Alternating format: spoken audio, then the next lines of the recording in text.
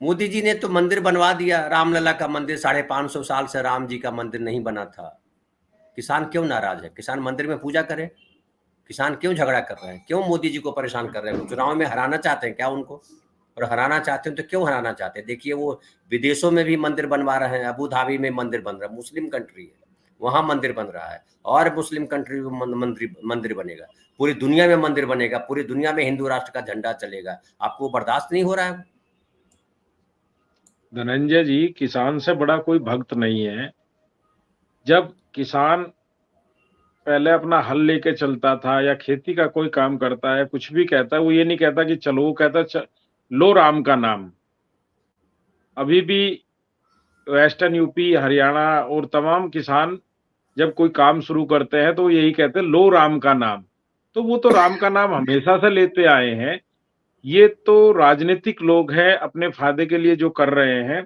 हमारा मुद्दा वो नहीं है। हमारा मुद्दा ये है कि किसान की जो हालत हो गई है, उसको छोड़कर आप मंदिर में लगे हो, वो आपका काम है, आप करिए, लेकिन किसान की भी तो सुनिए।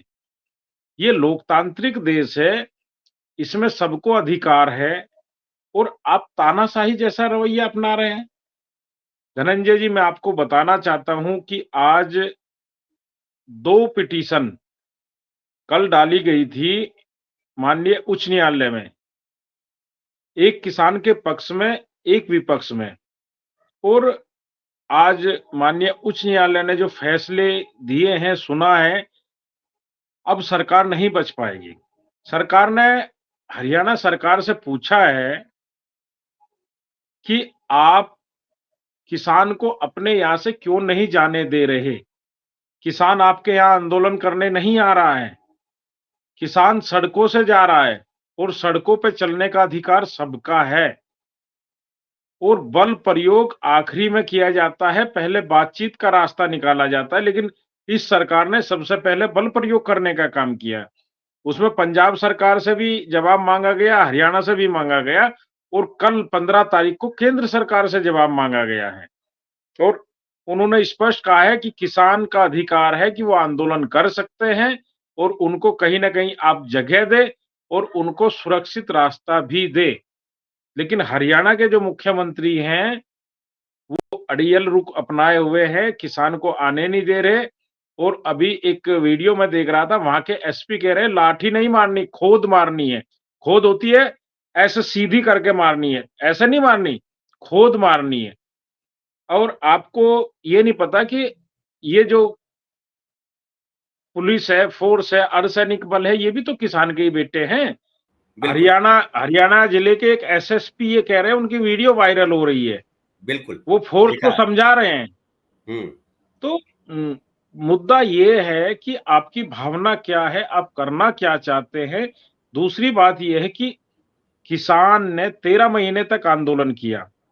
13 महीने में जब 7 दौर की बातचीत हो चुकी थी, तो सरकार के प्रतिनिधि आते हैं और कहते हैं, हमने किसानों की आधी बात मान ली है, 2 चीजें वापस कर ली है, पत्ती पराली वाला कानून और बिजली अधिनियम पे हमारी सहमति बनी है, ये दोनों मांगे हम सरकार की मानते हैं। आपको लोगों को याद होगा, ऐसा हुआ था। इसके बाद 14 दौर की बातचीत हुई, लेकिन बेनतीजा रही, कुछ नहीं हुआ। इसके बाद लगातार किसान बैठे रहे, और मोदी जी एक दिन प्रकट होते हैं कि भैया मेरे से गलती हो गई, और हम अब इनको समझा नहीं पाए, और हम इन 3 काले कानूनों को वापस लेते हैं। इसके बाद उन्होंने कहा हम एमएसपी पे भी गारंटी देंगे, और किसान अपने चुपचाप घर चला गया शांति से, इनकी बातें मानकर। इसके बाद इन्होंने एमएसपी की कमेटी भी बनाई, जिसमें किसान प्रतिनिधि कोई नहीं रखा। इसमें रखा उन्होंने वो जो कमेटी का अध्यक्ष बनाए, संजय, जो सचिव थे, और जो 3 काले कानून बनाने में जिनका अहम योगदान था। और 23 लोगों की कमेटी बनाई, उसमें 19 लोग वो थे जो सरकार के पक्ष के थे, और उन्होंने कुछ किसानों को लिया, कुछ किसान भी वो थे जो उनके पक्ष के थे, और कहा 3 लोग आप अपने पक्ष के दे दीजिए, संयुक्त मोर्चा को कहा। संयुक्त मोर्चा ने मना कर दिया कि जब इतने लोग यहाँ पर बैठेंगे, वो बोलेंगे, और वही लोग हैं जो हमारे लिए पहले से उल्टी बातें कर रहे हैं, तो हम इसमें नहीं जाएंगे। तो 26 महीने इंतजार करने के बाद भी ये कुछ नहीं कर पाए। इसके बाद किसानों ने इनको अल्टीमेटम दिया कि आप 13 फरवरी तक या तो करें, नहीं तो हम दिल्ली आएंगे और दोबारा आंदोलन करेंगे, और 16 फरवरी को हम भारत बंद करेंगे। सरकार ने सोचा अब कहाँ किसान आने वाला है, अब कहाँ लौट कर आएगा, हमने तो इनको तोड़ दिया है, अलग थलग कर दिया है। लेकिन सरकार ने बड़ी मंशा से काम किया, किसान ने इनको पूरा समय दिया और इनको कहा आपका मानसून सत्र चलाइए, शीत सत्र चलाइए, सारे सत्र चलाइए, आखिरी में बजट सत्र भी चला गया। जब इन्होंने ना तो बजट में किसान की चर्चा की, ना एमएसपी को लेकर कोई चर्चा की, जब कभी कुछ नहीं हुआ तब किसान सड़कों पर उतरा है। और अब स्थिति यह है कि किसान की बात इनको माननी पड़ेगी। अभी तक 3 दौर की बातचीत हुई है। 4 दिन पहले एक बातचीत हुई थी, उसके बाद कल 2 दौर की बात हुई थी। लेकिन कोई भी किसान का प्रतिनिधि जो मंत्री बात करने गए या प्रवक्ता ये बताने को तैयार नहीं है कि हमने किसानों से क्या बात की है। किसान तो बता रहे हैं, लेकिन उनकी हिम्मत नहीं हो रही, क्योंकि वो बातचीत जब करने जाते हैं एक ही बात बोलते हैं, हम कमेटी बना देंगे, हम ये कर देंगे, हम वो कर देंगे, करने के लिए कुछ भी तैयार नहीं है। वही ढाक के 3 पात वाली बात है, कैसे भी करके झूठ बोल के दोबारा से किसान को उसके घर भेज दो, अपना चुनाव लड़ो, उत्सव करो, लोगों को जुमलेबाजी दो, झूठे वादे दो, वोट लो और बन जाओ। आपको याद होगा कि कितनी बार कमेटी बनाएंगे। सबसे पहली जो एमएसपी की कमेटी बनी थी, उसके अध्यक्ष खुद नरेंद्र मोदी जी थे। मनमोहन सिंह जी ने वो कमेटी बनाई थी। नरेंद्र मोदी जी उस वक्त गुजरात के मुख्यमंत्री थे। वो एमएसपी को लेकर कमेटी बनी थी और खुद मोदी जी ने ये कहा था, हाँ किसान को एमएसपी मिलनी चाहिए। लेकिन जब अब प्रधानमंत्री बन गए हैं, तब इनको लगता है कि नहीं मिलनी चाहिए, क्योंकि इनके उद्योगपति जो मित्र हैं उनको नुकसान हो सकता है। दूसरा, इन्होंने एक नैरेटिव बना दिया कि 17 लाख करोड़ रुपए का नुकसान होगा। अरे मेरे भाई, 17 लाख करोड़ रुपए कहाँ लगेंगे? आप भारत की जनता को बताइए, अगर आपने पूरे देश की सारी फसल खरीदी और उस फसल को गोदामों में बंद कर कर आग लगा दी, तब 17 लाख करोड़ की बैठती है। लेकिन अगर किसान कोई उत्पादन करता है तो कम से कम 25% तो वो अपने लिए रखता है। इसके बाद में एमएसपी में अगर जो आंकड़े निकाले गए हैं, मान लिया 2200 रुपए एमएसपी है किसी चीज की और मार्केट भाव उसका 1900 रुपए है, तो 300 रुपए का तो अंतर आया। वो 300 रुपए ही तो सरकार को व्यय करना है। और कभी कभी तो ऐसा भी हो सकता है कि सरकार ने एमएसपी पे खरीदा और उससे महंगा भी रेट हो सकता है। और ऊपर से हम कह रहे हैं कि आप एक भी रुपए का मत खरीदिए, सरकार को एमएसपी पे खरीदने की जरूरत ही नहीं है। हम कह रहे आप एक भाव निश्चित कर दें, मिनिमम सपोर्ट प्राइस आप करते हैं, मिनिमम सपोर्ट प्राइस, न्यूनतम समर्थन मूल्य। इसका मतलब आप समझते हैं हिंदी में क्या होता है?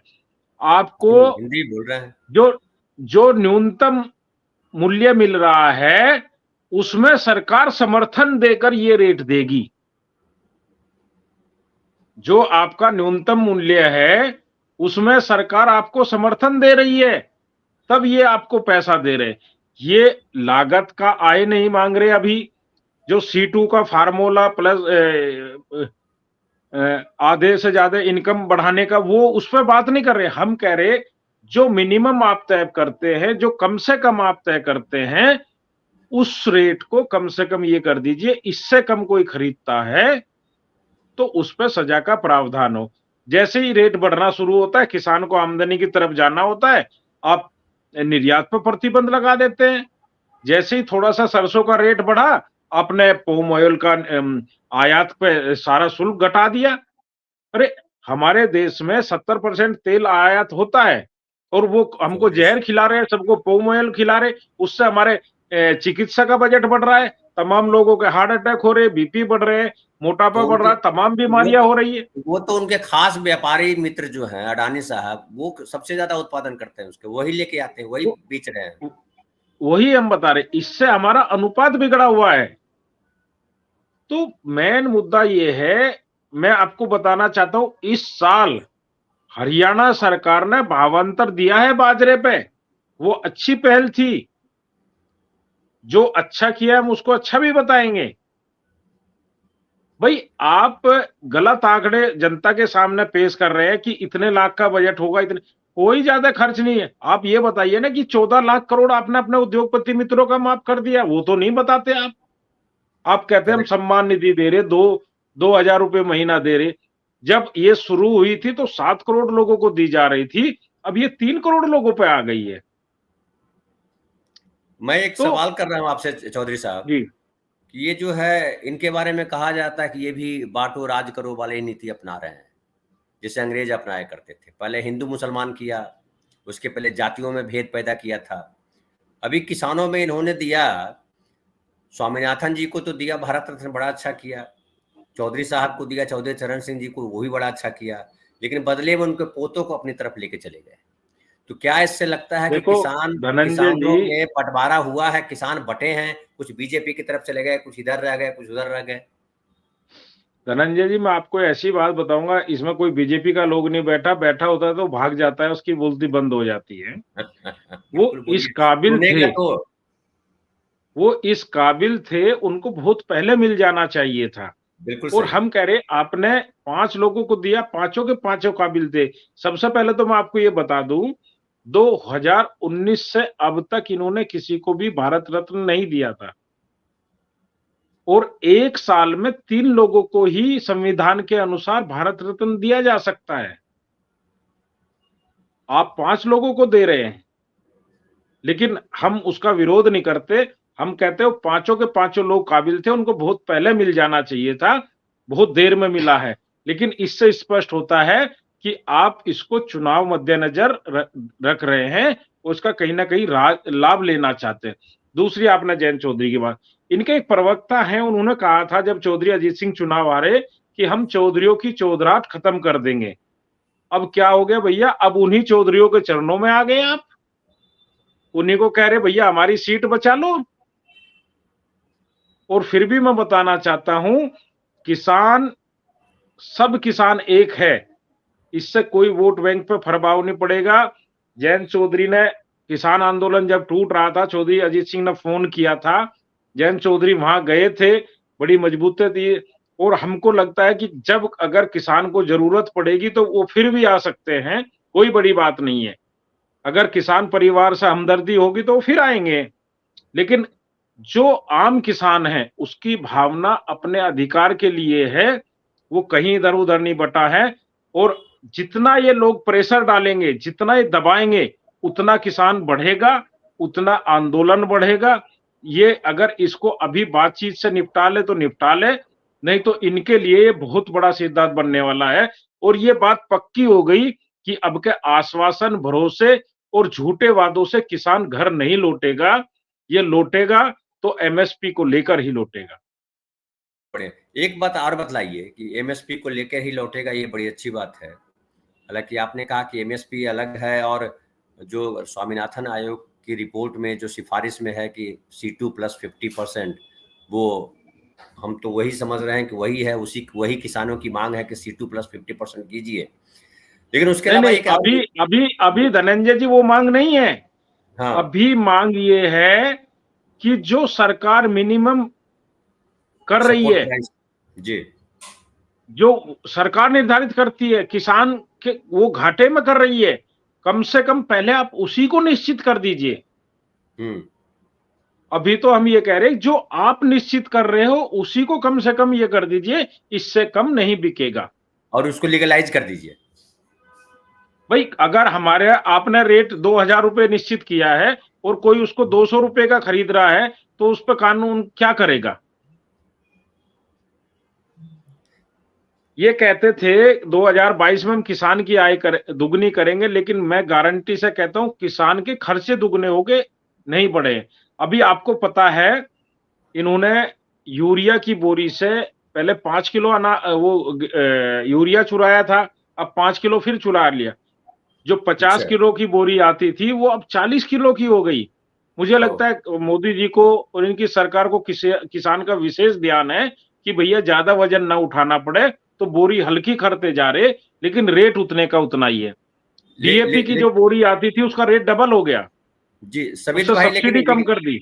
समित भाई, लेकिन एक बात और, हम लोग लगातार इस पर चर्चा करते रहते हैं कि 13 महीने किसान आंदोलन चले और जो है 750 के करीब किसानों की जान गई, ढेर सारे लोग बीमार होंगे, अभी भी पता नहीं क्या क्या दुख भोग रहे होंगे।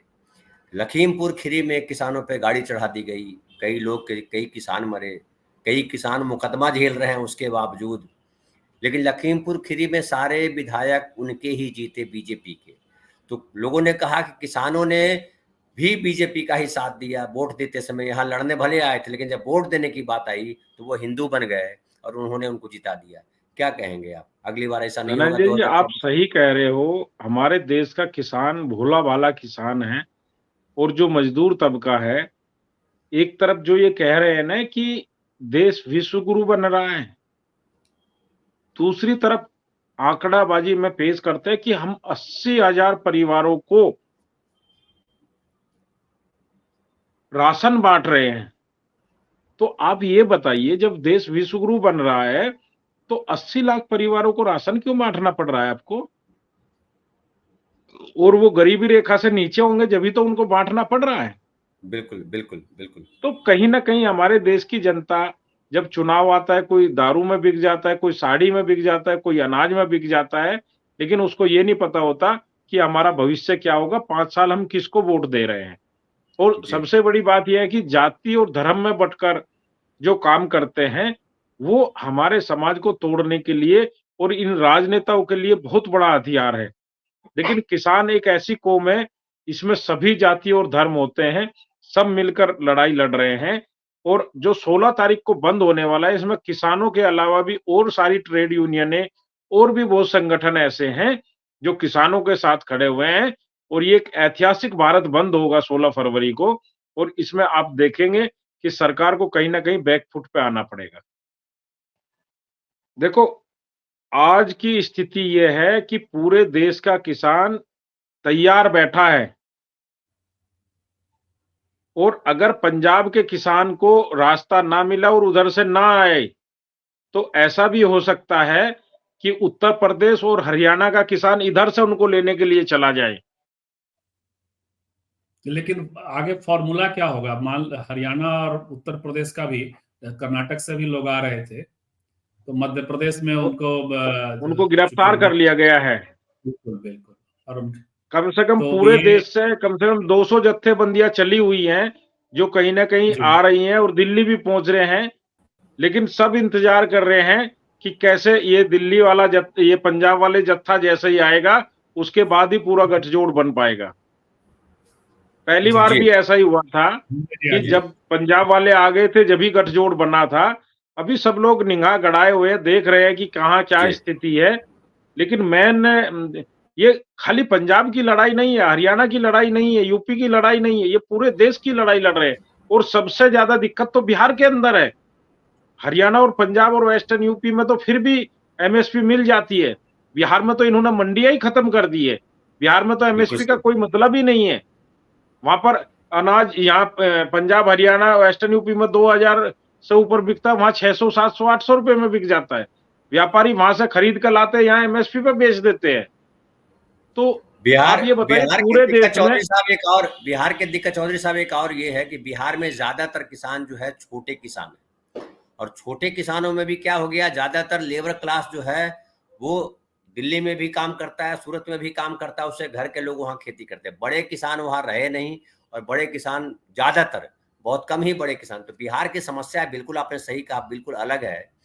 तो समीर साहब, आप जो है निकलना भी चाह रहे थे, बच गया, 37 हो गया। आपको हमने कहा था कि जी, धन्यवाद 9:30 पे छोड़ सभी देंगे। लोगों को, बहुत बहुत धन्यवाद। धन्यवाद। धन्यवाद, आप आए, हम फिर आपको बुलाएंगे, आपको आना होगा ठीक ठीक, फिर से बात धन्यवाद। करने। बहुत बहुत धन्यवाद।